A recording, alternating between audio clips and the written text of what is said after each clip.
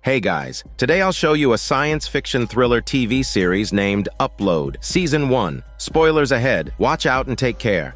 The drama takes place somewhere far from the hustle and bustle of the city, where people can fully immerse themselves in nature's beauty, lies the ultimate exclusive lakefront luxury presidential suite. With 24/7 service available every day of the year, this is Horizon Corp's latest innovation called the Lakeview Afterlife Upload Project. After people pass away, they can choose to upload their digital consciousness and continue living in this idyllic location. A young girl, Nora, works as a customer service manager at the Lakeview Project, where her daily job is to serve those who have chosen to reside there. The scene shifts to a handsome software developer named Nathan. Nathan is discussing some code editing with his colleague, IT guy. Just when you think Nathan is in a room, it turns out he's actually in a car, driving down the road in this futuristic world where vehicles can drive themselves flawlessly. But Nathan still enjoys taking manual control from time to time, just for fun. Even the patrol officers here have been replaced by drones. Nathan has a wealthy girlfriend, Ingrid, whose family developed the Lakeview Project. This is her first time visiting Nathan's home for a family dinner. After the meal, Nathan's little niece invites him to dance with her. As they joyfully spin around in TikTok style, Nathan becomes captivated by his handsome reflection in the mirror, accidentally flinging his niece away in the process. Later that night, Nathan drives Ingrid home. They take advantage of the car's autopilot to engage in some intimate activities. Their car stops in front of a supermarket, and Ingrid asks Nathan to grab some snacks, saying she'll head home first and that he should catch up later. Nathan, not thinking much of it, buys some of Ingrid's favorite treats. But on the way back, his self-driving car suddenly malfunctions. Despite a large truck illegally parked ahead, the car's AI doesn't detect it. When Nathan tries to switch to manual control, the AI instead opens his contact list, and just like that, the car crashes straight into the truck. The scene cuts back to the customer manager, Nora, who is handling the consciousness of a new client, the very same Nathan. This means Nathan had died as shit due to the car crash. Nora pulls up Nathan's pre-death data, which includes all his memories stored as video footage. When her colleague Alicia sees what Nathan looks like, she can't help but comment on his good looks. They discuss the tragic accident that caused his death, lamenting the loss of his hormone-radiant muscles. For Nathan to live in the virtual world, he needs a 3D model of himself, which is part of Nora's job. She fine-tunes the model, smoothing out blemishes, enhancing his features and slimming his face. Once everything is set, Nora notices a stray tuft of hair on Nathan's head. She considers deleting it, but ultimately decides to leave it. As Nora reviews Nathan's memories, she discovers a damaged segment. In it, Nathan is talking to someone, confidently saying that they're definitely going to succeed. However, the rest of the memory is corrupted, filled with long stretches of garbled data. Without giving it much thought, Nora creates a folder labeled with question marks, where she stores the damaged memory. So how did Nathan really die? After the car crash, he was rushed to the hospital. Lying on the emergency bed with Ingrid standing beside him, the doctors and Lakeview sales staff surrounded them. Ingrid told Nathan he's on the brink of death, and she needs to upload his consciousness to the Lakeview quickly. Once he's really dead, it'll be too late. Nathan, still somewhat lucid, responded that he felt fine and asked if he's dying. The doctors agreed that his vitals were deteriorating. Ingrid tried to reassure him by saying that they had promised to be together for life. As long as he enters Lakeview, they can be together forever. Urged on by the staff and Ingrid, Nathan hastily signed the upload agreement. Before he knew what was happening, he was wheeled into Upload Room 2, where his head was severed and his consciousness was uploaded to the digital world amid Ingrid and his mother's screams. After that, Nora becomes Nathan's personal account manager, introducing him to the personalized services at Lakeview. Unfortunately, since Nathan's account is under Ingrid's name, he can't access any of the premium features without her password. Seeing Nathan's disappointment, Nora tries to console him, telling him to enjoy his new life and that he can call for her his customer manager if he needs anything. Nathan, curious, asks if she's a real person or an AI. Nora apologizes, saying she can't reveal that information. In reality, Nora has many clients just like Nathan. After waking up in his new room, Nathan begins his new life. The experience here is nothing short of a 5-star hotel. After taking a shower, Nathan tries to style his hair, but no matter what he does, that stubborn tuft of hair refuses to lie flat. He opens the storage cabinet in his room and slides it to the left, revealing an array of snacks and drinks. He decides to grab a cup of coffee, only to find out it costs $2.99 and requires him to log into an account to purchase. Unfortunately, Nathan doesn't know Ingrid's account password, so he's out of luck. Unable to enjoy a snack, Nathan decides to take in the view outside his window. Here, you can adjust the seasons to your liking. Winter whenever you want it, summer at your command. Next door to Nathan lives a pair of good friends. During a conversation, the three discuss their past lives. Nathan mentions that he was a programmer, but when asked what kind of programs he wrote, he suddenly draws a blank. It seems he's forgotten. Not too bothered by it, Nathan starts to feel hungry. Aside from the mini fridge in the kitchen, he wonders if there's anywhere else to get some food. His neighbor tells him about a lavish buffet downstairs that's worth trying. But the moment Nathan asks where this restaurant is, his body automatically turns in the right direction, just like in a video game when one uses the autopath feature.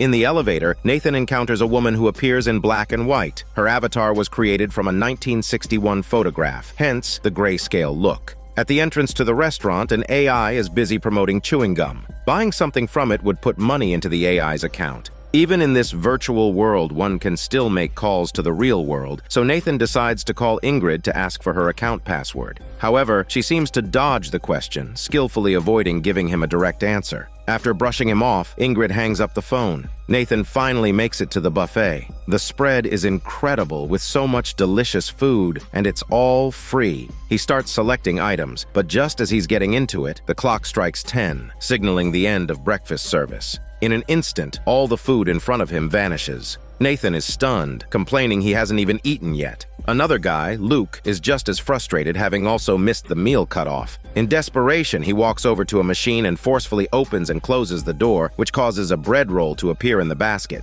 Seeing this, the hungry Nathan gives it a try, and sure enough, he gets a bread roll too. It turns out this is a small system bug that allows people to generate endless bread. Nathan asks Luke if they really need to eat in this virtual world. Luke explains that the first batch of uploaded people didn't need to eat, drink, or even blink. But within a week, they all went insane. Once you start feeling like something is off, you're drawn to the data stream at the edge of the map. This data stream connects the virtual world to reality, and if you jump into it, you'll be shattered to pieces. Those who went mad tried to jump back to reality, but they were all torn apart. Luke, who lost his legs in the real world, chose to upload his consciousness to Lakeview, and he's now thoroughly enjoying this virtual existence. This world is like a highly immersive open-world game, where the residents have a degree of freedom, but everything still follows preset programming. For example, no matter which direction Nathan tries to pee, it always ends up in the toilet. Amazed by this discovery, he starts experimenting with various ridiculous poses. After exploring indoors, Nathan steps outside for some fun. By the lake, he meets an influencer who's live streaming the beauty of Lakeview for viewers in the real world. But he is disappointed with the lake itself. It looks fine from a distance, but up close, it's just a looped animation. Nathan, intrigued, asks him why, despite Lakeview's popularity in the real world, there seem to be so few people here. The man explains that they can only see people on 5 floors at a time. All these floors share the same map. When the numbers get too high, it causes lag, similar to how games often divide players into different zones. The man is fascinated by Nathan's unique tuft of hair, remarking on how distinctive it is. While the outside world only hears about Lakeview's wonders, from Nathan's perspective as a programmer, this place can't compare to the real world. Identical NPC waiters, persistent AI selling chewing gum, it's all starting to get on Nathan's nerves. Nora's real-world life isn't going well. She lives with her father in a tiny house, and all their food is 3D printed. Her father's health is in poor condition, and Nora wants to persuade him to move to Lakeview and enjoy a better life. After all, she works for the company and can get an employee discount. She could even become his customer manager in the virtual world, allowing them to be together again. However, her father refuses. He doesn't want to live forever. He wants to reunite with his wife in heaven. That night, Nora's best friend complains about the matching algorithm on the dating app. The app keeps suggesting attractive men for Nora, but only matches her friend with short, unattractive, and poor men. The next day, Nora goes to work as usual. One of her colleagues tries to flirt with her using his chubby muscles. While Nora is in the bathroom checking the news on her phone, Alicia rushes in and tells her to hurry back since Nathan is heading towards the data stream. Nora quickly returns to her workstation and connects to the virtual world. Nathan is really struggling, saying this place is just too weird. Nora comforts him with a lot of motivational talk. When Nathan realizes that Nora is not an AI but a real person, he lowers his guard. Nora even tells Nathan her real name and where she lives in the real world, something strictly against company policy. They have a pleasant conversation, and Nathan abandons his plan to enter the data stream. Seizing the moment when Nathan isn't paying attention, Nora deletes his rebellious hair. And just like that, a busy day comes to an end. But something strange happens later that night after Nora gets off work. Someone remotely accesses her computer and opens Nathan's memory files. They begin deleting parts of his memories that Nora had previously marked as questionable. It's clear that Nathan's situation is far from simple. Someone is deliberately trying to erase parts of his memory. The scene shifts to Nora, upset by her lack of intimacy, using the dating app to hook up with a guy named Byron. After their smelly encounter, Nora wants to cuddle and talk, hoping for some emotional connection, but Byron is impatient and gets annoyed. As he's leaving, he reminds Nora to give him a 5-star rating. After Nora does so, he leaves happily, even saying Nora is so great he'd give her 6 stars if he could. However, as soon as he's out the door, Nora sees his review of her, just a mediocre 4.6 stars. Feeling deceived, Nora angrily deletes the app.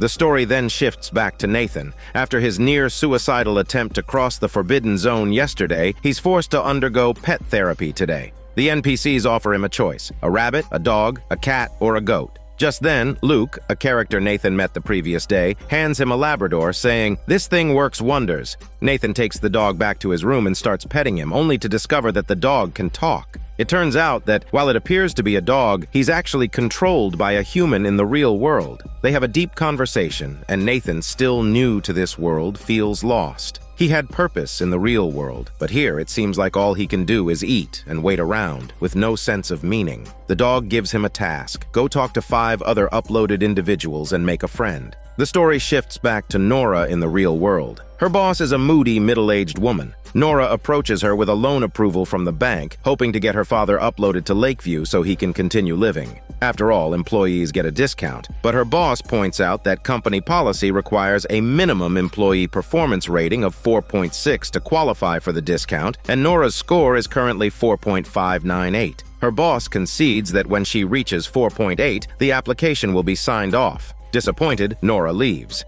In Lakeview, Luke was in the bathroom, admiring his handsome reflection. He turned on privacy mode and started performing a rap song with some dance moves. Meanwhile, the boss was eating her meal while watching Luke's performance through the surveillance feed. As instructed by the dog, Nathan was searching the manor for 5 people to befriend. The first person he encountered was a young boy who had set all the NPCs in the manor to Street Fighter mode. In Lakeview, everyone can customize their environment to their liking. In this case, only the NPCs the boy interacted with would trigger the game mode. Seeing this, Nathan decided not to interfere and quickly left. That night was Nathan's funeral in the real world. He called his girlfriend, Ingrid, asking what she was up to. Ingrid was getting a beauty treatment and reminded him that they had the funeral to attend that evening. Even in this virtual world, Nathan had other things on his mind. He suggested that after the funeral, Ingrid could rent a virtual intimacy suit, and they could have some hormone fun together. Ingrid agreed with a smile. Continuing his exploration of the manor, Nathan spotted Nora sitting in a corner, lost in thought.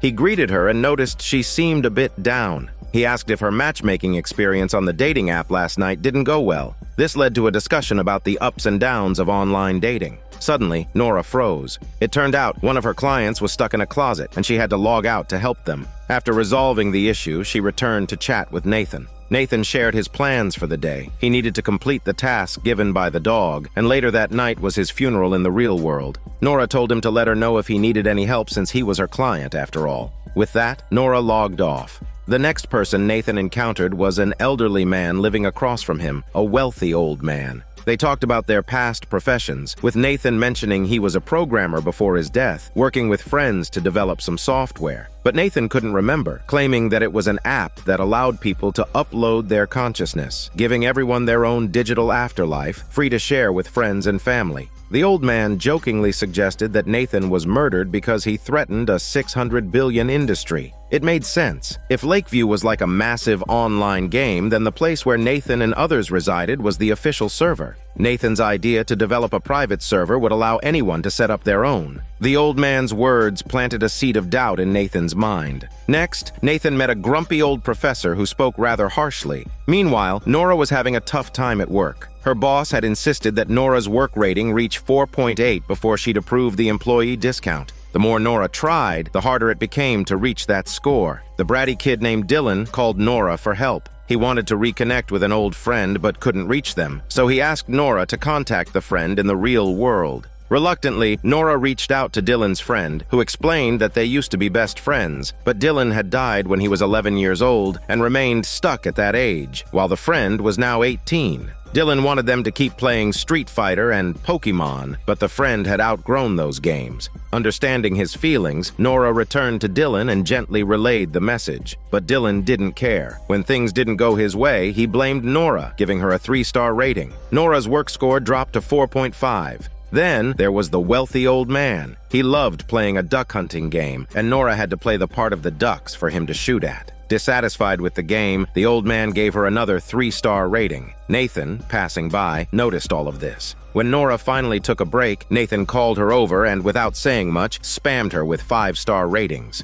Nathan didn't need anything from Nora, he just wanted to chat. Nora shared her troubles. Even though she wasn't happy with her job, she couldn't just quit. Her father's health was declining rapidly, and if she left now, he might miss the chance to live in Lakeview. The problem was that her father didn't have the money, and even if he did, there was no guarantee he'd agree to move there. Nora was torn, ultimately afraid of losing her father, the last family member she had left. After venting her frustrations, Nora felt much better, and Nathan smiled, feeling a bit happier too. The day quickly came to an end, and Nathan completed the task the dog had given him, meeting 5 people and adding his customer manager. That night, Nathan still had one more thing to do: attend his own funeral. After work, Nora returned home and copied Nathan's damaged memories to repair them. One memory showed him and his former colleague, IT guy, pitching a startup idea to an investment firm. Initially, they thought they'd blown it, but as they were leaving the building, a bearded broker ran out after them. The man asked if they had pitched their idea to any other big companies. Nathan assured him that he had only shared it with his family and girlfriend.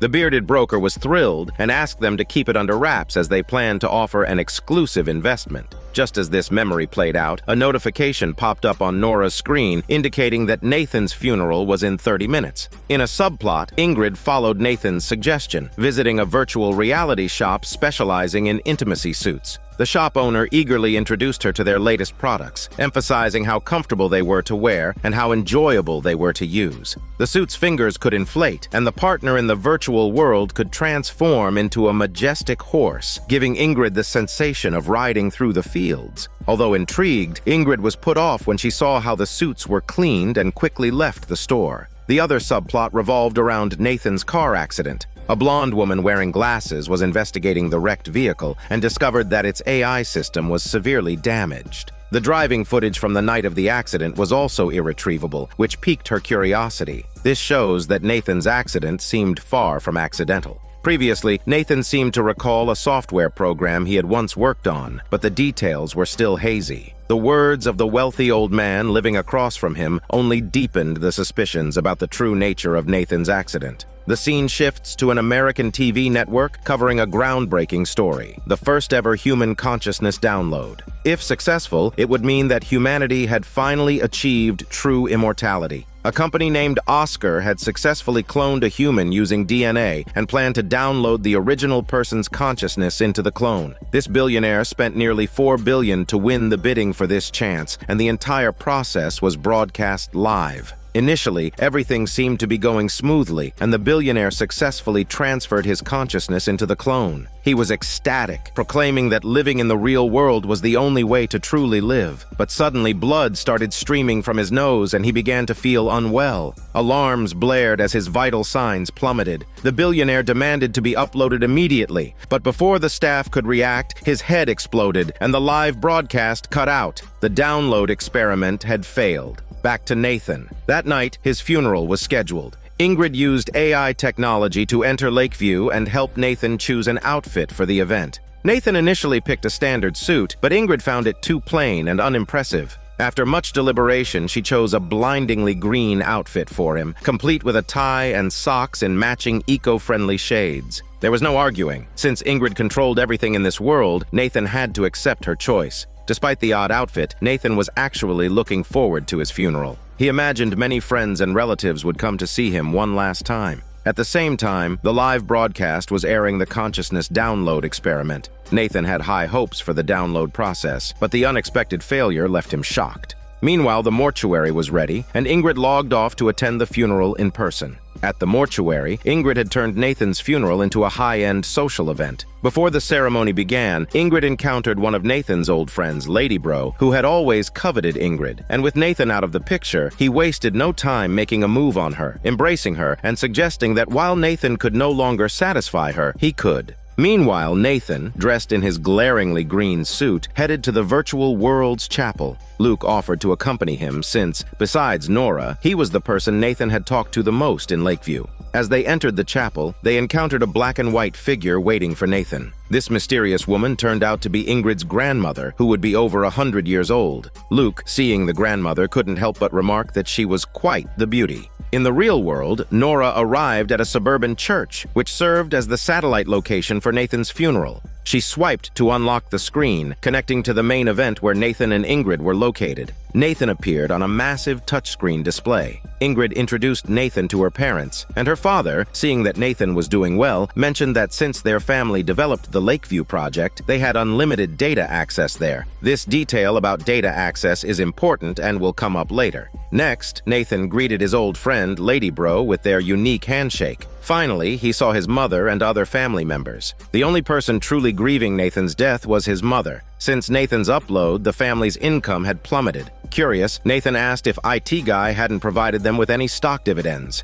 His mother replied that she had only received ordinary stock dividends, which wasn't much, and added that much of the money had gone toward unfinished work left by Nathan. The funeral then officially began. The host took the stage and immediately inserted an ad. The presentation involved randomly generated video clips from Nathan's memories, played for the audience. At the satellite location, Nora noticed 3 beautiful women sitting in front of her, Nathan's ex-girlfriends. Each spoke highly of Nathan, calling him an excellent boyfriend. To be clear, they hadn't all dated him at the same time. There were gaps between each relationship. As memories of Nathan played on the screen, scenes from his childhood, moments with his family, and short videos of him and Ingrid on romantic outings were shown. There were even private videos of Nathan with his ex-girlfriends, which made Ingrid feel awkward. Suddenly, a video with garbled footage appeared, showing 2 people examining Nathan's body, though their faces were pixelated. Nathan was curious about this, but everyone else seemed oblivious, as if they hadn't noticed. It's important to remember that these videos were random snippets from Nathan's life. After the video ended, the host introduced Nathan, but the description was underwhelming, making Nathan seem rather ordinary. This confused Nathan, as he distinctly remembered doing something significant in his life.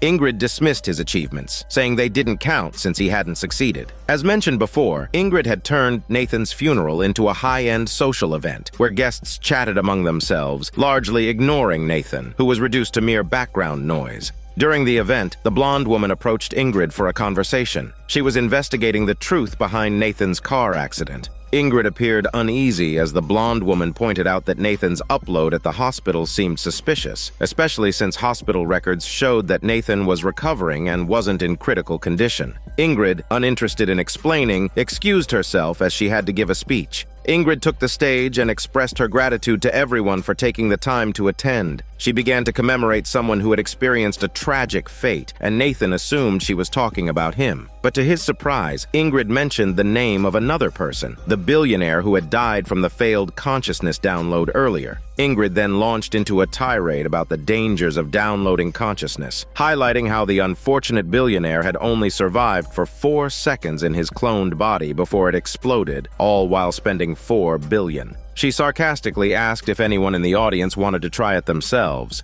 She then praised the Lakeview project, promoting it as offering the most perfect life. Finally, it was Nathan's turn to speak. He tried to invite friends to say a few words, but after calling out several names, he realized that most hadn't shown up or had already left early. Embarrassed, Nathan wondered if his social standing had been that poor. So he connected to the satellite location, where he was relieved to see familiar faces, his 3 ex-girlfriends and Nora from the real world. Nathan was deeply moved that Nora had come to his funeral. Just as he was about to express his gratitude, Ingrid abruptly cut him off. Nathan, frustrated, complained that his funeral hadn't been about him at all. It was a complete disaster. Ingrid responded by reminding him of the cost of his upload, threatening to delete his consciousness if he pushed her too far, and suggesting she could be with Lady Bro instead. At that moment, Nathan seemed to realize something. The blonde woman who had questioned Ingrid earlier was actually Nathan's cousin named Fran. She was helping Nathan's mother sue Google's car division, suspecting that Nathan's car software had been tampered with.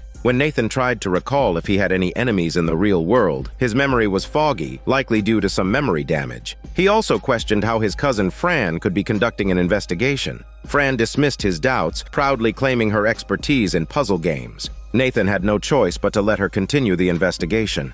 After the funeral, Ingrid, expressionless, apologized to Nathan for her harsh words, hoping he didn't mind. He simply told her that he was satisfied with the funeral. Ingrid then logged off, leaving Nathan alone. Back in Lakeview, Nathan found himself unable to sleep. He tried calling IT guy to ask why he hadn't attended, but the call went straight to voicemail. Half-jokingly, Nathan told him that it looked like he'd be stuck in Lakeview for a long time, unless one day Ingrid stopped paying for his data fees. It's clear that now IT guy disappeared, and before Nathan's death, he and Nathan were working on a mysterious software project. Nora, also troubled after attending the funeral, returned home and called the bearded broker she had seen in Nathan's memories. She wanted to ask him about the project they had invested in with Nathan. The bearded man was shocked to hear about Nathan's death and revealed that Nathan had never sold the project to his company. However, before Nora could ask more questions, the man abruptly hung up. As Nora dug deeper into Nathan's past, her suspicions grew.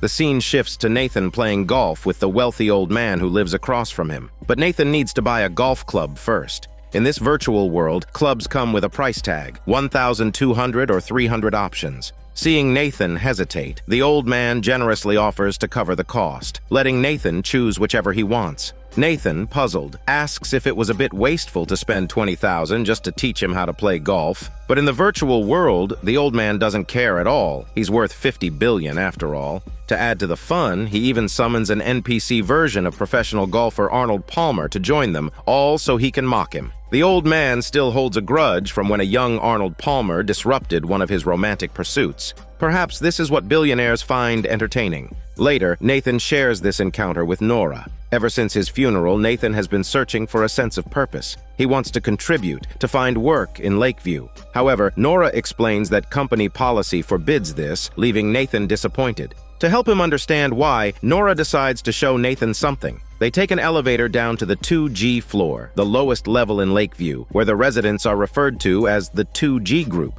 As the name suggests, these people only have 2 GB of data per month. Once they run out, they can't do anything, not even think or enjoy the scenery, as everything in Lakeview requires data. Their lives are starkly different from Nathan's. The cafeteria on this floor is where the company tests new recipes. It's like being in a beta version full of bugs. There's also a library, but only the first 5 pages of each book are available, as they're free samples. To read the full book, one must pay extra. As they walk through the cafeteria, they notice a young boy reading a Harry Potter book. Nathan goes over to say a word to him, but after a moment's thought, the boy's last bit of data is used up. When that happens, he's forced into a frozen state until next month's data refresh, unless someone tops up his account. Even more shockingly, when they run out of data, some people lose body parts like their private and smelly areas. Nathan is stunned to discover this hidden, imperfect side of Lakeview. Nora explains that this is how capitalism works. Without these limitations, people wouldn't be motivated to pay for higher-tier packages.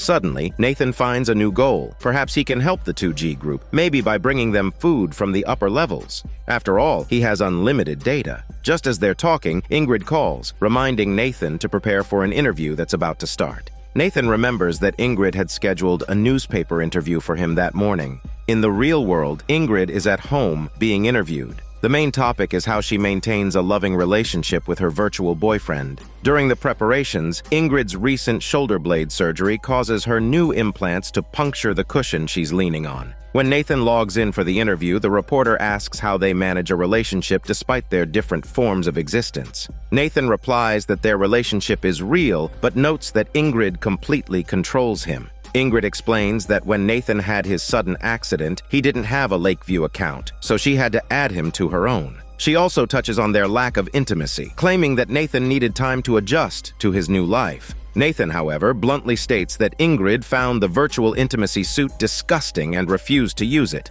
As the conversation grows awkward, Ingrid redirects the reporter's attention elsewhere. Before leaving, she discreetly flips the cushion to hide the hole her implants made. Once again, Nathan is left ignored and logs off. Nathan calls Nora before the end of the workday. He's starting to question his relationship with Ingrid. In the past, their physical connection made them feel more like a couple, but now, without that intimacy, their relationship feels more like that of siblings. Nathan wonders if there are any successful cases of people in the virtual world falling in love with someone in the real world. Not wanting to discourage him, Nora says, maybe, but it's rare and difficult. Over time, Nora has developed a different kind of feeling for Nathan. They say goodbye on a positive note, with Nathan asking Nora to join him on another visit to the 2G floor the next day. The next day begins with Nathan having tea with Luke, reading the newspaper's front page, which features Ingrid's interview from the previous day. Nora arrives at work early, feeling good about the day. But shortly after Nathan returns to his room, Ingrid makes an unexpected visit. After reflecting on everything that has happened over the past few days, Ingrid realizes her mistakes. In the real world, she even wore the intimacy suit she found so disgusting. Ingrid wants to reconnect with Nathan, so she promises there won't be any more intrusive interviews. Nathan softens and reconciles with her. Meanwhile, Nora arrives at work in a good mood, only to be informed by a co-worker that Nathan is currently getting cozy with his hot girlfriend. Feeling a bit down, Nora turns off the video feed. As Nathan and Ingrid are about to get intimate, technical issues arise. Nathan experiences a malfunction, leaving him unable to perform a hormone yoga session. Ingrid calls for service support, but Nora, not wanting to listen, hangs up on the request. The system then warns that if Nora doesn't assist, her work rating will be penalized. Reluctantly, Nora logs back in. Ingrid explains that Nathan's virtual smelly sausage isn't functioning properly. Frustrated, Ingrid logs off to attend to her cat at home. Curious, Nora checks Nathan's data and finds no errors, wondering why there's an issue. To troubleshoot, Nora decides to test things herself. Just as they're about to get a reaction, Ingrid logs back in, forcing Nora to log out. Ingrid is pleased, thinking the service support worked. Later, during a break, Nora shares the day's events with her colleague Alicia. Alicia is shocked and teases Nora, saying she had turned Nathan from software into hardware. But while this encounter stirred something in Nathan, it also ignited feelings in Nora. Feeling a surge of desire, Nora reinstalled the dating app at Alicia's suggestion. Almost immediately, she matched with someone, and the sight of his abs made her mouth water. They set a time to meet, and Nora eagerly went home to wait for her date. But to her surprise, the person who showed up was none other than Byron, the same guy who had given her a 4.6-star rating previously. Shocked, Nora exclaimed that he had an alt account and the info on it is different too. Byron, a bit embarrassed, didn't care anymore, and Nora pulled him inside to get things started. This time, Nora was full of energy. While it appeared she was physically with Byron, her mind was on Nathan. After they finished 2 minutes later, Byron was blown away by Nora, saying he never expected her to be so much fun. He gave her a 5-star rating, but Nora, still holding a grudge from last time, gave him 4 stars in retaliation. Despite this, Byron couldn't stop thinking about Nora and hoped to see her again. Back in the virtual world, Nathan and Ingrid spent a passionate night together. Ingrid then logged off, falling asleep in the bathtub in her thick virtual intimacy suit. Meanwhile, Fran continued her investigation into Nathan's car accident. She visited the supermarket Nathan had frequented and reviewed the store's surveillance footage. What she discovered was shocking. Ingrid had tampered with Nathan's car just before the accident. The scene shifts to the young boy Dylan, who connects with his mother in the real world. Due to his age, Dylan struggles to make friends in Lakeview. In his mother's eyes, he'll always be her little boy who never grows up. Dylan also has a younger brother who has grown up in the real world and even started dating. This makes Dylan feel even more isolated, like something is missing from his life. He reaches out to Nora to talk. Dylan confides in her that his parents refuse to update his appearance, leaving him stuck in a 6th grader's body, even though he's now 18 and hasn't even grown any facial hair. Meanwhile, his younger brother is already on his 2nd girlfriend. Dylan feels embarrassed and frustrated. Nora understands, but she explains that his parents love him just the way he was at that age. Back with Nathan and Ingrid, after recent events, Ingrid feels that her relationship with Nathan is growing distant, so she brings in a psychologist to help them communicate. Nathan is frustrated, not because he wants to distance himself, but because Ingrid treats him like a toy, controlling every aspect of his life in Lakeview, from what he eats to what he wears and does, just like she's managing a game character. Ingrid denies this, even as she forces Nathan into a pair of tight jeans he hates. The jeans are so tight they're uncomfortable for him. They start talking about the upload process, with Ingrid insisting that Nathan should be grateful since she's the one paying for everything he has in Lakeview. Nathan, however, mentions that his cousin Fran told him his vital signs were improving at the time of the upload. This makes Ingrid nervous, and she starts stumbling over her words. Nathan accuses her of uploading him before he was actually dead, treating him like a doll rather than caring about him. Furious, Nathan storms out, struggling with his uncomfortable jeans. As he leaves, Nathan runs into Dylan and Nora in the hallway. He vents about his recent argument with Ingrid, expressing his suspicion that she might have uploaded him prematurely. Despite its paradise-like appearance, everyone in Lakeview seems to have their own struggles. To cheer Dylan up, Nathan and Nora join him in a horse racing game. They're having fun when Nora receives a message from her father, who's been hospitalized. She has no choice but to take emergency leave and log off. Nathan offers to look after Dylan, which touches Nora. She tells him she feels at ease with him around. To be safe, she even gives them some extra virtual coins. Meanwhile, Luke is also feeling a bit frisky and decides to download the dating app to check out potential dates. Alicia, Luke's customer manager, reminds him that the app is for real-world dating. She wonders how he can use this app when he's already dead and uploaded to the virtual world, pointing out that no living woman wants to date someone who's already dead. This line hints at something important. Ingrid recently hooked up with Nathan.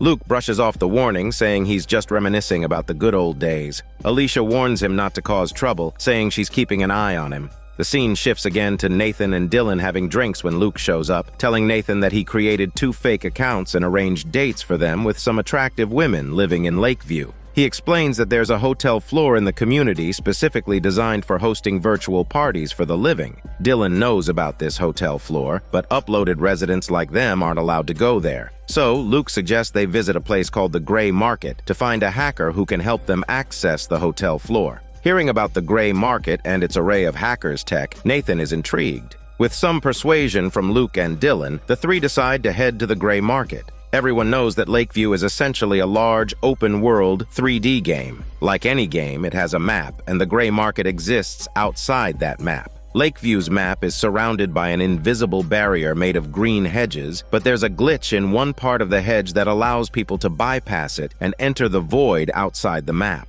In this chaotic, featureless space, anyone who steps out of Lakeview has only 60 minutes to return before the system deletes their model. Lakeview's servers refresh data every hour to keep track of all uploaded residents, and without that data feedback, the system will assume they've been erased, leaving their consciousness to wander the gray zone forever. Knowing this, they realize they need to move quickly. After a while, the three finally reach the fabled Gray Market, a gathering place for network experts and hackers selling their wares. Luke finds a hacker who can break into Lakeview's elevator system and create a pass card, essentially a game cheat. While waiting, Nathan and Dylan visit a vendor with a pixelated face. The vendor offers to hack into the wrist-mounted cameras of living people for a fee of 100 virtual coins for 10 seconds of access. Nathan thinks of IT guy who hasn't been answering his calls and decides to see what he's up to. Hacking into IT guy's camera, Nathan discovers that he's in a meeting, seemingly pitching the software they had developed together. Just as Nathan starts to feel shocked, Luke announces that the hack is complete, but they only have 12 minutes left. They need to hurry back. But when they turn around, Dylan is missing.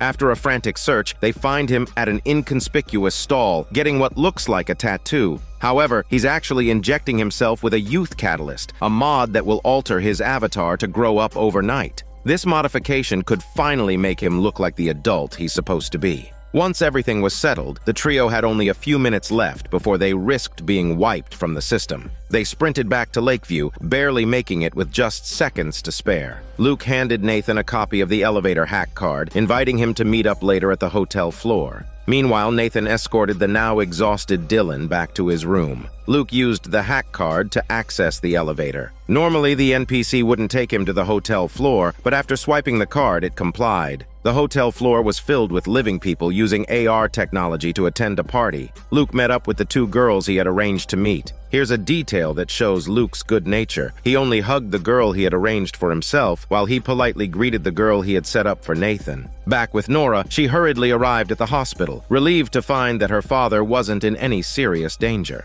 During their conversation, Nora mentioned she was seeing someone, describing the person in a way that made it clear she was talking about Nathan. Taking advantage of the situation, Nora visited the hospital's upload room to inquire about the possibility of memory loss during the upload process. The doctor jokingly reassured her that his side of the operation was foolproof. If there were any issues, it would likely be the fault of the company's junior employees. Nora awkwardly admitted that she's one of those junior employees. The doctor then speculated that someone might have tampered with the process and handed Nora a download card for a memory enhancement app, which might be useful.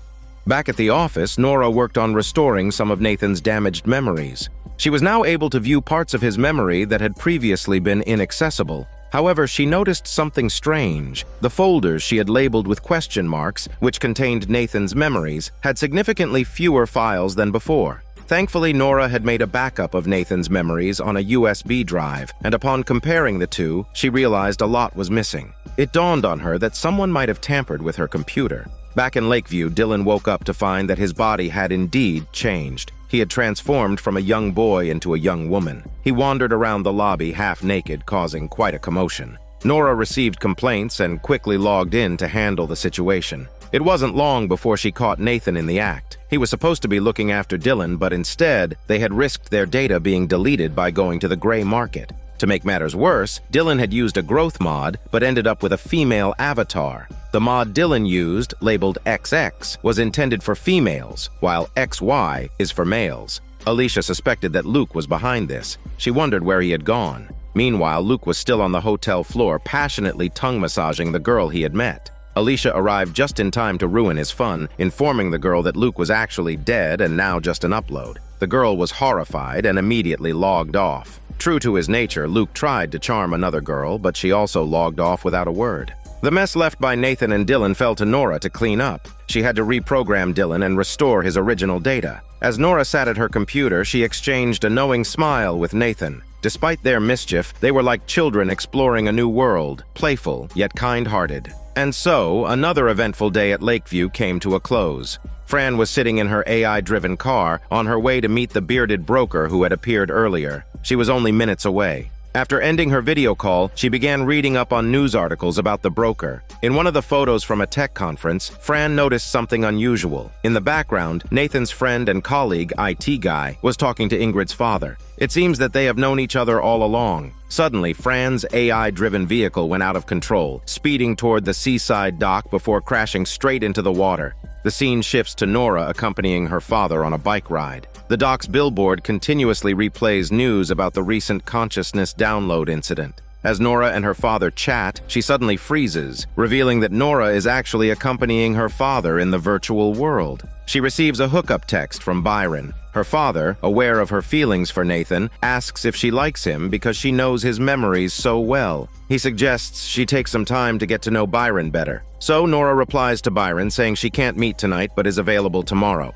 Byron agrees, and we see him at a supermarket buying condoms. The store's system scans him and recommends a small size. A nearby woman gives him a judgmental look, so he awkwardly grabs the large size instead, triggering a size discrepancy alert from the system. Back to Nathan in Lakeview, he wakes up to find his niece has logged into Lakeview using AR technology as part of a school virtual reality tour. She's taken the opportunity to visit her uncle. She mentions Fran's situation, noting that Fran was supposed to visit their grandmother yesterday, but hasn't shown up since. No one knows where she is. The niece also brings up Ingrid, who has invited her over for a play date. The niece was initially reluctant, but Nathan encourages her to go, joking that while it might not be fun, it will certainly be interesting, especially warning her not to let Ingrid straighten her hair. After that, Nathan asks if she'd like to meet his customer manager, and he calls Nora into the scene. It's clear that his niece takes an immediate liking to Nora. Suddenly, Alicia interrupts their conversation, saying the boss is calling a meeting. During the meeting, the boss addresses two main issues.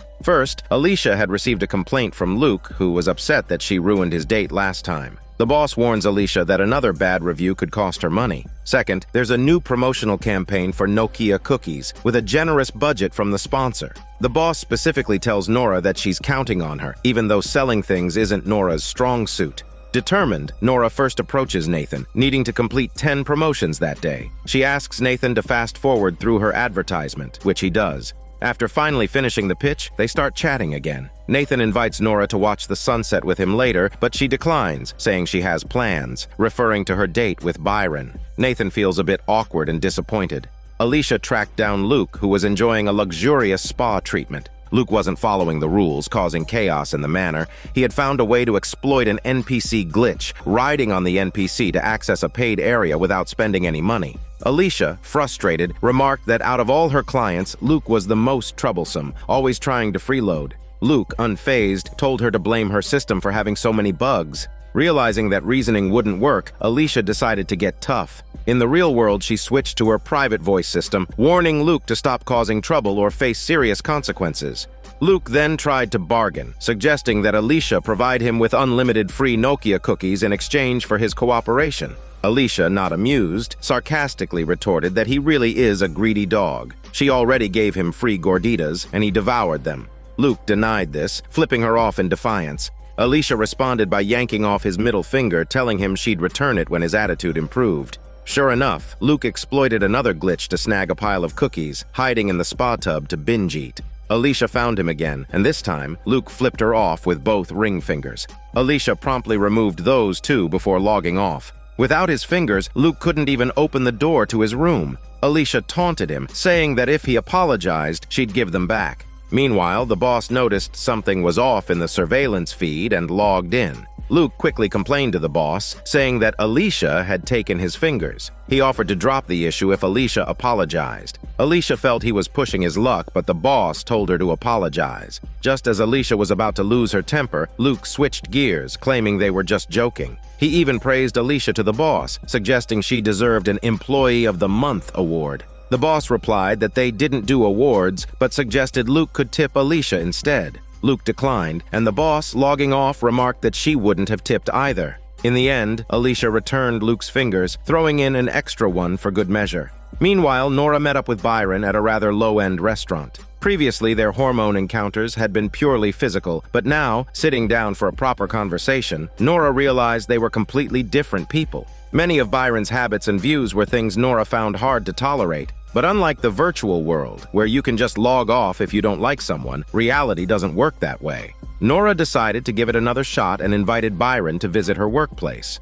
After hearing about Nora's date, Nathan couldn't focus on anything and spent the day in a daze. That evening, he tried calling IT Guy again. This time, IT Guy answered, but after only a few words, he had to hang up to attend a meeting. Bored and restless, Nathan visited his buddies in the neighboring room. One of them, surprisingly, had purchased a cold service, which Nathan found baffling, thinking that he's paying to feel sick. His friend explained that after spending enough time in Lakeview, even the mundane things from the real world become interesting and give a sense of being truly alive rather than just data. As they spoke, the system prompted him to sneeze, offering the service for $1.99. Nathan paid for it, amused, and then returned to his room. As soon as he got back, another Nokia cookie ad popped up, offering the first cookie for free. Nathan declined, but the system still forced one on him. Later, Nora brought Byron to her workplace, showing him what she did, caring for the uploaded residents. As everyone else was leaving for the day, Byron noticed one of the residents was still awake late at night. Nora zoomed in and saw that it was Nathan, alone and quietly drawing. Byron found it amusing, questioning why the dead would need to draw. His attitude irritated Nora, leading her to decline his invitation for another hookup. The scene then shifts to Nora, logging into Lakeview. Nathan was surprised to see her, not expecting her to visit again that night. The office was empty, and in the real world, Nora video called Nathan, giving him a tour of the office. For tonight, it was just the two of them, enjoying a moment of connection. Turning to Nathan's niece, she had been invited to Ingrid's home for dinner with her family. At the dinner table, the niece experienced something new, eating chicken with bones for the first time. Currently, only the wealthy can afford real food. Ordinary people have to settle for 3D-printed meals. Despite the family's wealth, the relationships among them were far from harmonious. The dinner quickly turned into a battle of insults, with everyone belittling each other. Even Nathan's niece could see how spiteful and cold the family members were. They didn't hesitate to mock her, criticizing her for being inexperienced and making fun of the way she ate. Through their conversation, it became clear that Ingrid was solely responsible for covering all of Nathan's expenses in Lakeview. Given that Nathan had the unlimited data plan, this was no small cost. As the dinner wound down, Ingrid, in an attempt to ease the tension, offered everyone some crème brûlée she had made herself. But instead of being appreciative, her family mocked her, calling the niece a pig for supporting Ingrid. This pushed Ingrid to her breaking point, and she ordered everyone to leave. After everyone had gone, Ingrid suggested to the niece that they get matching hairstyles. The niece was shocked. She didn't want to straighten her hair, but to her surprise, Ingrid had curled her own hair to match the niece's style instead. It was clear that Ingrid was still thinking about Nathan. During their conversation, the niece learned that the day Ingrid went to Nathan's car, she had activated the priority passenger mode. This mode, which had been mentioned before, prioritizes the passenger's safety above all else. Despite this, the accident still occurred. This revelation suggested that Ingrid might not be as bad as she seemed. Perhaps she genuinely loved Nathan. Meanwhile, Nathan was lying on the grass with Nora, stargazing. Nora told him about her discovery. Someone had deleted parts of Nathan's memory, but she had made a backup and managed to restore some of it. In the recovered memories, Nathan and IT guy were discussing whether to sell a VR software they had developed. Nathan had opposed selling it. Nora felt that Nathan's accident wasn't an accident at all. Someone wanted him dead. The details were still unclear and needed further investigation. As they continued talking, the two fell asleep under the stars. The next day, when the office reopened, the supervisor discovered that Nora had spent the night in the virtual world, sleeping alongside a client. Afterward, the supervisor called Nora and the others into the office. She criticized them for their poor work performance lately, highlighting that Alicia had even lost a hard drive containing a client's consciousness. The supervisor ordered her to find it quickly, or she'd have to take on the client's role and dance with the client's wife in the virtual world until the drive was found. Then came Nora's turn. The supervisor reprimanded her for breaking company rules by spending the night with a client. Nora tried to explain, saying it was all work-related, asking if the supervisor had ever seen such a dedicated employee working until dawn. The supervisor warned Nora not to let it happen again, or her rating would be dropped from 4.8 to 3.8. It's worth noting that Nora's diligent work with her clients had recently boosted her rating to 4.8. The scene then shifts to Lakeview, where Nathan and Nora are playing chess and chatting about the previous night. Nathan mentioned that if their relationship continued to develop, he'd need to have a serious talk with Ingrid, considering she was still his official girlfriend and was funding all his expenses in Lakeview. He worried that if she got upset, she might delete him altogether. Nora showed Nathan her 4.8 rating and mentioned that her father would be allowed to visit Lakeview today. She asked if Nathan would like to show him around the manor and help convince her father to agree to the upload. After their chat, Nora returned to the real world to continue working. Suddenly, she saw a news article about the bearded broker from before. The report stated that he and several venture capitalists had been scammed by a rogue upload service. Each paid $1,000, only to have their heads severed by a fake scanner. Realizing the implications, Nora rushed back to Lakeview to tell Nathan. She pointed out that wealthy and powerful people like the bearded broker wouldn't risk using a cheap, unverified upload service just to save a few $1,000s. However, due to his memory loss, Nathan couldn't remember the details about the bearded broker. As they were talking, Nora received a message from her father, who was at the Lakeview Experience Center, preparing to log in for a visit. When he first entered Lakeview, he was so startled by the strange scenes around him that he threw off the VR headset. After some encouragement from the staff, he logged in again. Nora, Nathan, and her father finally met in Lakeview. Nathan was a bit anxious, but Nora asked him to show her father around and help him get comfortable while she returned to work. Nathan and Nora's father first visited a restaurant where they saw an array of delicious food, and Luke, who had somehow managed to cozy up to Ingrid's grandmother. The visit made the old man uncomfortable.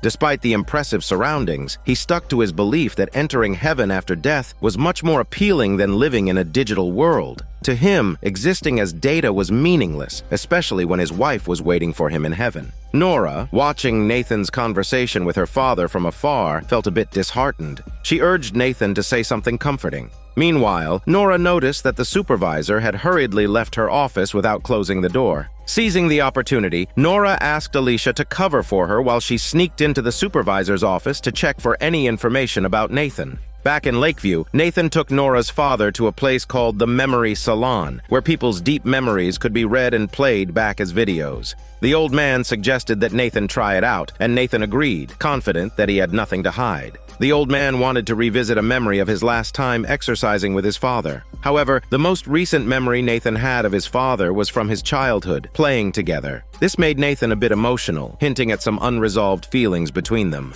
While everyone was busy with their own tasks, someone secretly infiltrated Lakeview's server room and planted a timed disruptor. After leaving the memory salon, Nathan and the old man decided to go horseback riding. The man was puzzled by the fact that everyone they passed looked the same. Nathan explained that they were just NPCs, nothing to worry about. As they rode through the woods, Nathan confided in the man that meeting Nora was the best thing about being in Lakeview. He said that as long as he was with Nora, even 1,000 years wouldn't feel boring. The old man seemed to warm up to him, finding him to be quite the charmer. Meanwhile, in the supervisor's office, Nora was searching the computer for important information. She discovered that the supervisor might be involved in selling uploaded residents' memories. What's more, there was information about Nathan. His memory files were accessible not only to a few authorized company employees, but also to someone with an asterisk-marked employee. Nora was curious, wondering who this person was and why they were authorized to access Nathan's memory files.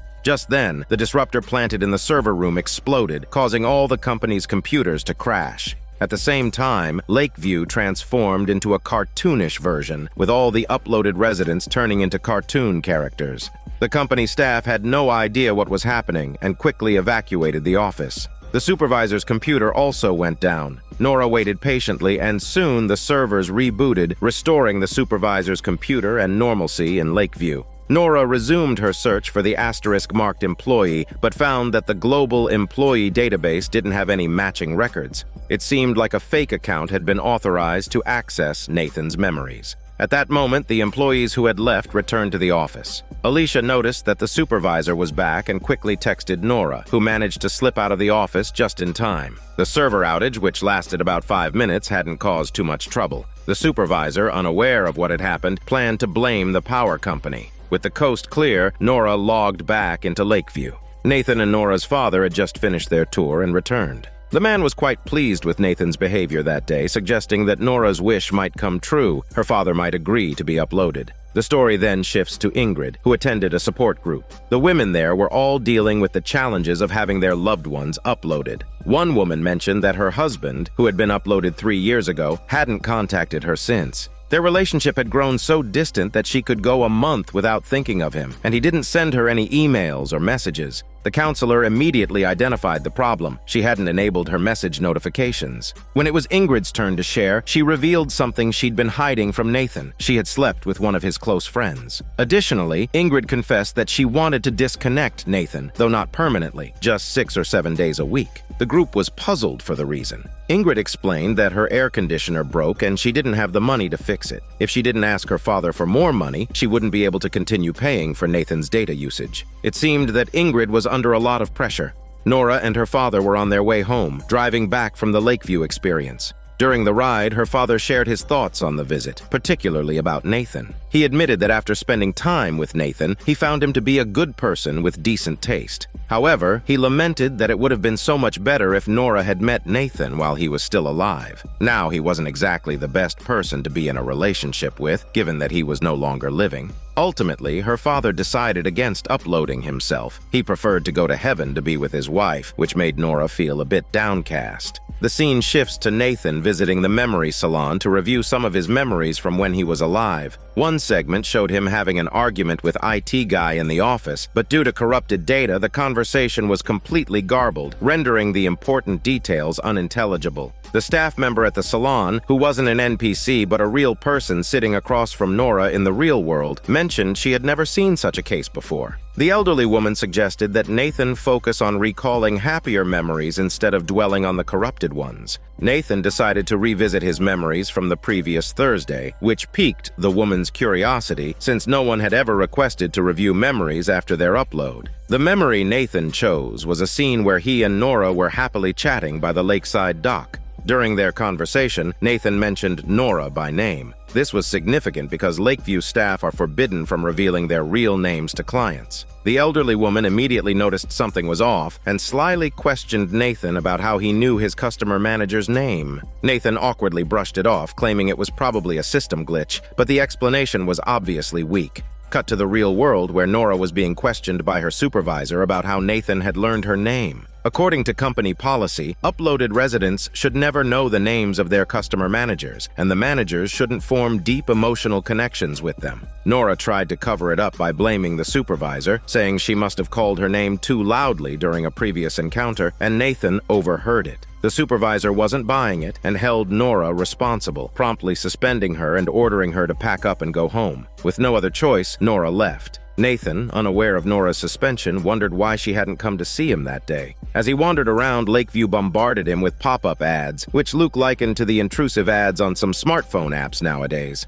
Frustrated by Nora's absence, Nathan eventually called for his customer manager to log in. To his relief, Nora appeared shortly after, but her demeanor was cold and distant, completely different from before. What Nathan didn't know was that the person operating the account wasn't Nora, but the supervisor who had taken over her account. Oblivious to this, Nathan continued to express his affection, only to be harshly rebuffed. The supervisor, posing as Nora, explained that 32% of clients fall in love with their customer managers, a phenomenon they refer to as simply appreciation for excellent service. Nathan, feeling embarrassed, questioned whether everything they'd shared was just an illusion. Nora confirmed it was and logged off, leaving Nathan alone and questioning himself. After this experience, Nathan decided he no longer wanted to stay in Lakeview. He called his mother, asking her to find him a place in another high-end community. Given the recent strain in his relationship with Ingrid, he didn't want to continue using her money. Previously, he was attached to Lakeview because of Nora, but now that she had dismissed their connection as a misunderstanding, he no longer saw any reason to stay. However, the reality was that moving to another community wouldn't be cheap, and Nathan's family wasn't in a position to easily afford it. His mother reluctantly agreed to look into it. During her suspension, Nora didn't stay idle. She reached out to a close friend and asked for help in checking the call records of the murdered bearded broker. Her friend discovered that just before the broker died, he sent a text message to an unknown number. The message contained a sequence of numbers, 10556. Nora immediately recognized it as Nathan's upload ID. She couldn't help but wonder how the bearded broker knew Nathan's upload ID and whom he sent it to. Just then, Nora heard a noise outside her window. She looked out and saw a homeless man stealing vegetables from her garden. Without much thought, she chased his smelly butt away. Meanwhile, Nathan was preparing to leave Lakeview. An NPC informed him that the company wouldn't be responsible for anything that happened to him outside. After confirming, Nathan's consciousness was transferred onto a hard drive. The staff member handling the transfer suggested to Nathan's mother that she buy a protective case for the hard drive, reminding her that it was her son's only backup. Seeing that the case cost $40, Nathan's mom decided against it. Meanwhile, Alicia noticed a system alert on Nora's computer, indicating that Nathan had left Lakeview. She immediately called Nora, knowing that Nathan and Ingrid's city was different from where Nora worked. Nora needed to get there fast. Alicia found a cheap flight leaving soon, and Nora decided she could endure the half-hour flight to get there quickly. Upon arriving, Nora tracked down Ingrid, pretending to be a representative from the Lakeview project sent for a home visit. She asked why Nathan had left Lakeview that morning. Ingrid, surprised by the level of service, assured Nora that she wasn't the one who took Nathan out. Realizing who might be responsible, Ingrid called the company to find out Nathan's current location. While Ingrid was on the phone, Nora discreetly searched through Nathan's belongings and found one of his shirts. For the first time, she could smell Nathan in the real world. Ingrid quickly confirmed Nathan's location and invited Nora to join her in retrieving him. Meanwhile, Nathan's mother had taken his hard drive to a sketchy-looking VR company. The clumsy owner fumbled as he inserted the hard drive into the system. He proudly introduced their decade-old IR technology, which placed Nathan inside a lamp, with the surroundings being nothing more than drone-captured footage. Compared to Lakeview, this was a joke, barely more than a glorified aerial video. The owner enthusiastically tried to sell them different virtual experiences, from casino views to beach resorts, even African landscapes, offering a 100-year contract at a discount. Nathan was unimpressed, wanting nothing to do with this subpar setup. Soon, Ingrid and Nora arrived at the shabby upload company where Nathan and his mother were. As they reached the entrance, Nora noticed a suspicious man watching them, which made her wary. Inside, Nathan and his mother were enduring the owner's awkward sales pitch when Ingrid burst in. She apologized profusely, admitting she shouldn't have cut corners on Nathan's Lakeview expenses and promising she wouldn't do it again. At first, Nathan stood his ground, insisting that money wasn't the issue. The problem was their strained relationship, with constant arguments making life in Lakeview meaningless. But then he saw Nora hesitating at the door. Sensing a change, Ingrid quickly highlighted Lakeview's excellent service, pointing out that his customer manager had even come to check on him. She assured him that one day she too would upload to Lakeview. Relenting, Nathan agreed to stay. Ingrid swiftly retrieved Nathan's hard drive and prepared to leave, but as soon as they stepped outside, the suspicious man from earlier suddenly rushed forward, snatched Nathan's hard drive, and threw it into a body of water. Ingrid chased after him, shouting that someone had stolen her boyfriend, but no one came to help. The man tossed the hard drive into the water, intending to destroy it permanently, but it seems that Nora has a backup. She had sensed something was off the moment they entered the building. While Ingrid and Nathan's mother were arguing over the hard drive, Nora had secretly swapped it with a dead drive. Ingrid, unaware, searched frantically in the water, but Nora told her that Nathan's hard drive was safe. Nathan was soon restored to Lakeview, and thanks to Ingrid's intervention, Nora was reinstated at her job. They two openly meet at the dock again, picking up where they left off. The scene shifts to Nora and her best friend noticing a new upload project called Freeyond. This project is quite remarkable. It offers 10 million spots reserved for marginalized groups, including single mothers, people with disabilities, and the underprivileged. No prepayment is required for scanning and uploading. Nora spots a mother bringing her 14-month-old child to sign up. The mother tells Nora that this might be the only chance her child has at eternal life. At this point, it's hard to say whether this VR technology truly represents progress for human society.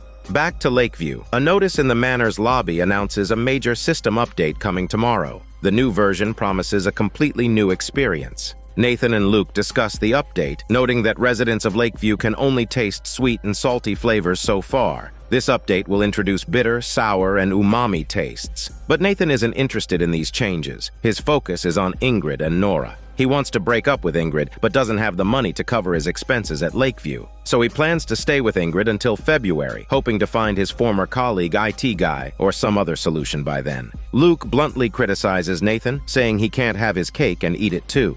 Meanwhile, at Lakeview, the company is holding an online meeting with all employees. The higher-ups announce that a new version of Lakeview will be updated tonight. During the update, all uploads must remain in a sleep state, or there could be serious problems. While the executives are speaking, Nora secretly removes a small device from a technician. After the meeting, everyone starts preparing for the system update tonight. The company also plans to hold a party to coincide with the update. The supervisor is unhappy about Nora returning to work, saying if it weren't for the board chairman's father, who happens to be her boyfriend's girlfriend's dad, she wouldn't be back. Of course, Nora denies it and pretends to have a boyfriend named Byron. The supervisor challenges her, provoking her to bring her boyfriend to the party tonight, if she's so confident. With no other choice, Nora sneaks off to call Byron, who is busy using a hookup app to meet other girls. When he gets Nora's call, he's thrilled and promises to come right over.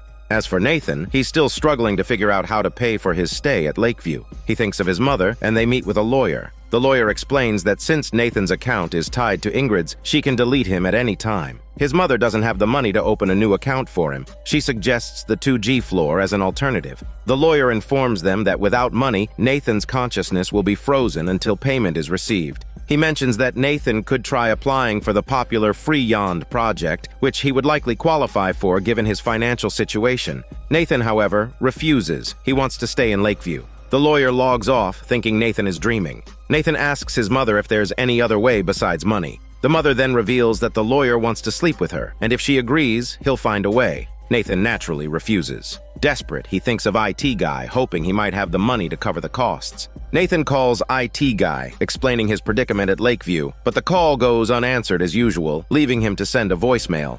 This time, the updated version coincides with the Winter Festival. The Lakeview project has invited the families of the uploaded residents to join the party, adding an Easter egg hunt. Whoever finds the Easter egg will receive 1 million Lakeview virtual coins and a 1,000 bonus for their customer manager.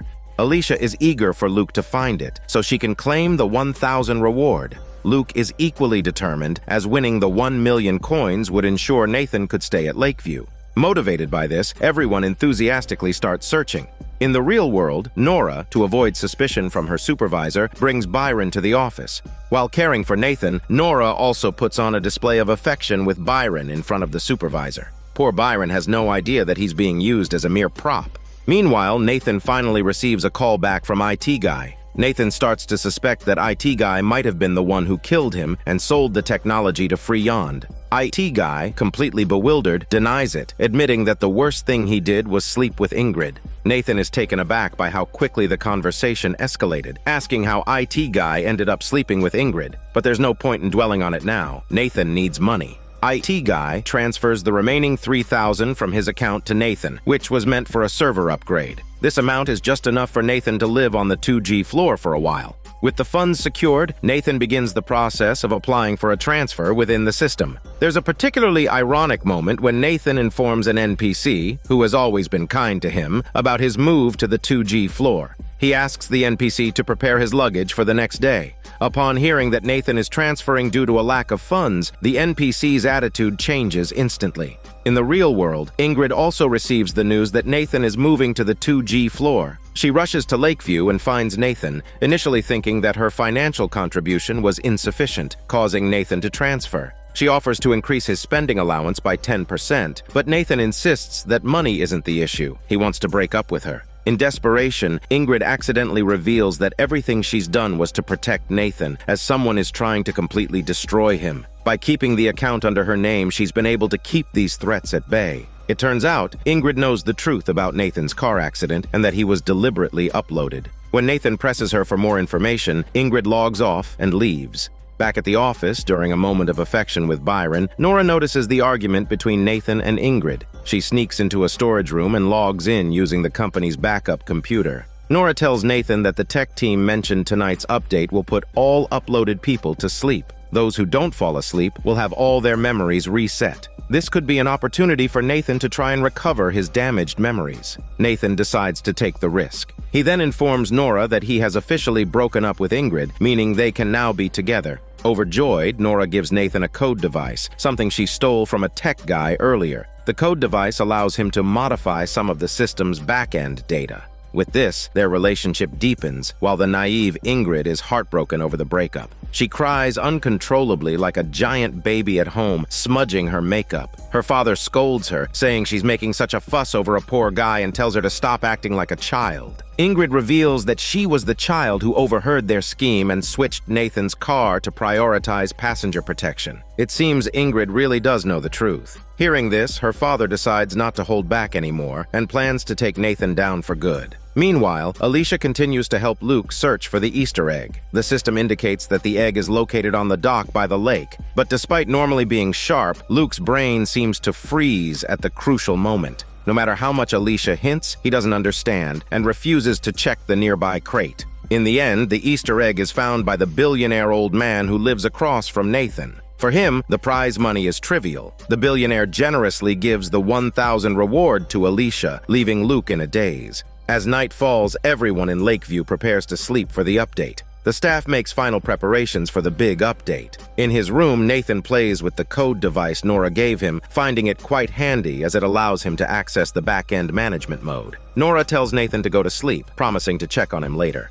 Luke, still upset that Alicia didn't clue him in on the Easter egg, sulks as everyone drifts off to sleep. The company supervisor urges everyone to head home, while the ever-dutiful Byron plans to spend the hormone night with Nora after she finishes work. But Nora gently declines, leaving Byron confused by her hot and cold behavior. He shrugs it off, suggesting they try again another time.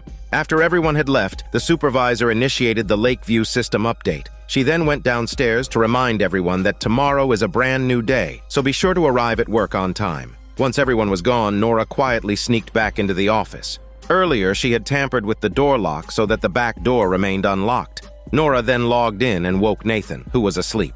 The two of them waited for the update to finish, enjoying the beautiful lake scenery together, sharing a few smelly kisses but without a hormone yoga session. There was a brief moment of tension when a few patrolling NPCs noticed someone awake on the balcony, but Nathan used the code device to alter their back-end data, making them both invisible. With their emotional exchange over, Nora logged off and waited for the update to conclude. Then, something unexpected happened. The system update froze when it reached Nathan's data, triggering an alert that an uploaded user was still awake and that files were running. Nora was now faced with a choice she hadn't anticipated. If she reset Nathan's memory, he would revert to the state he was in right after being uploaded, meaning he would forget everyone he had met in Lakeview, including Nora herself. But if she didn't reset, Nathan's damaged memories would remain unrepaired. Nora had to decide within 20 seconds, or the entire Lakeview update would be canceled. In the end, Nora chose to restore Nathan's memory, even though he might wake up and forget her.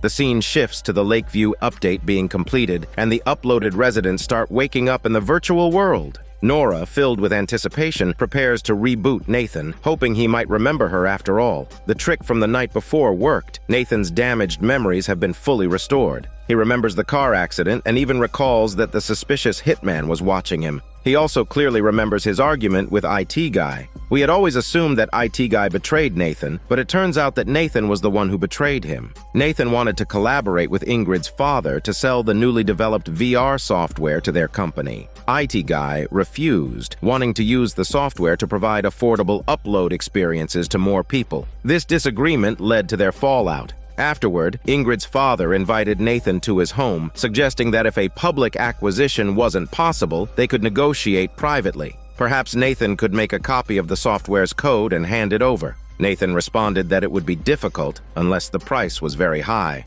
After regaining his memory, Nathan woke up in Lakeview, but the situation Nora feared the most happened. Nathan didn't remember her at all, which made her heartbroken and cry like a giant baby. After composing herself, she returned to work. Her first task was to retrieve Nathan's damaged memories to see what had happened to him before. What she discovered shocked her. Nathan had been someone willing to abandon his ideals for money. Nora felt disappointed, shifting from being heartbroken over Nathan forgetting her to disillusioned by his true character. However, Nathan confided in Luke, admitting that he actually remembered everything. But after recalling his actions, he felt ashamed. He had always thought of himself as a good person, only to realize he wasn't. Unable to face Nora, he pretended to have amnesia. Nathan packed his things and prepared to move to the 2G floor. Luke accompanied him partway, getting off the elevator on his own floor and bidding Nathan farewell. The scene shifts, and Nathan arrives at his new 2G room, which is nothing like the luxurious suite he had before. It's more like a prison cell. A girl from the room next door greets him, jokingly saying he didn't really need to bring his luggage.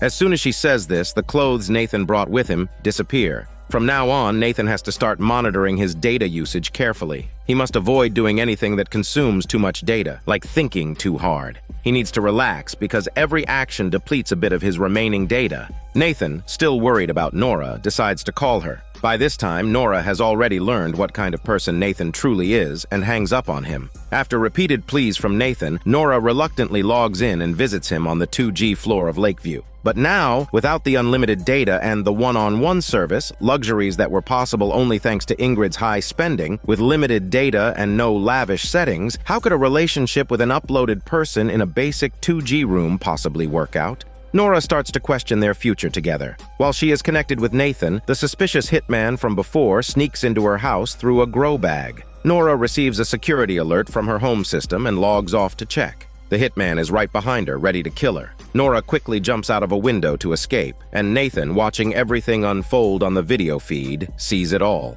What follows is a tense chase. Using the code knife, Nathan connects to the real-world tracking system. Under his guidance, Nora lures the hitman into an elevator in a nearby building. Nathan traps him in the elevator and starts questioning his intentions, but the man refuses to answer. Nathan then manipulates the elevator controls, and the hitman meets his sleazy end. For now, Nora is safe. After this series of events, Nathan is left with only 0.1 GB of his monthly 2G data. The girl from the neighboring room drops by and remarks that he had used up a whole month's worth of data in just a few minutes. After a brief exchange, Nathan is left with fewer. The girl warns him that he'll have to sit quietly for the rest of the month without doing anything, or he'll run out of data completely. After narrowly escaping, Nora recounts everything to her father, from Nathan's car accident to the hitman now chasing her. For her safety, her father suggests she go to the base of his anti-tech friends, located in the mountains, where there's no internet and it's completely secure. Nora is hesitant. Without the internet, she won't be able to see Nathan anymore.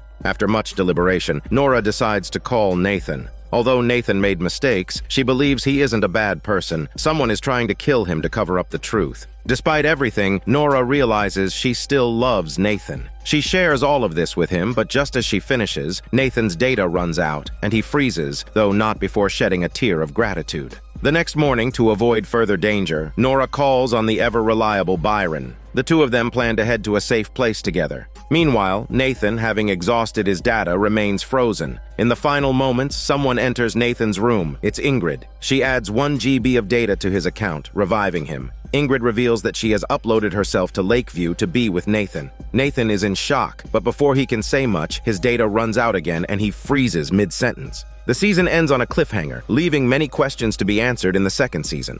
This is Daniel CC Movie Channel. Stay safe and enjoy your day.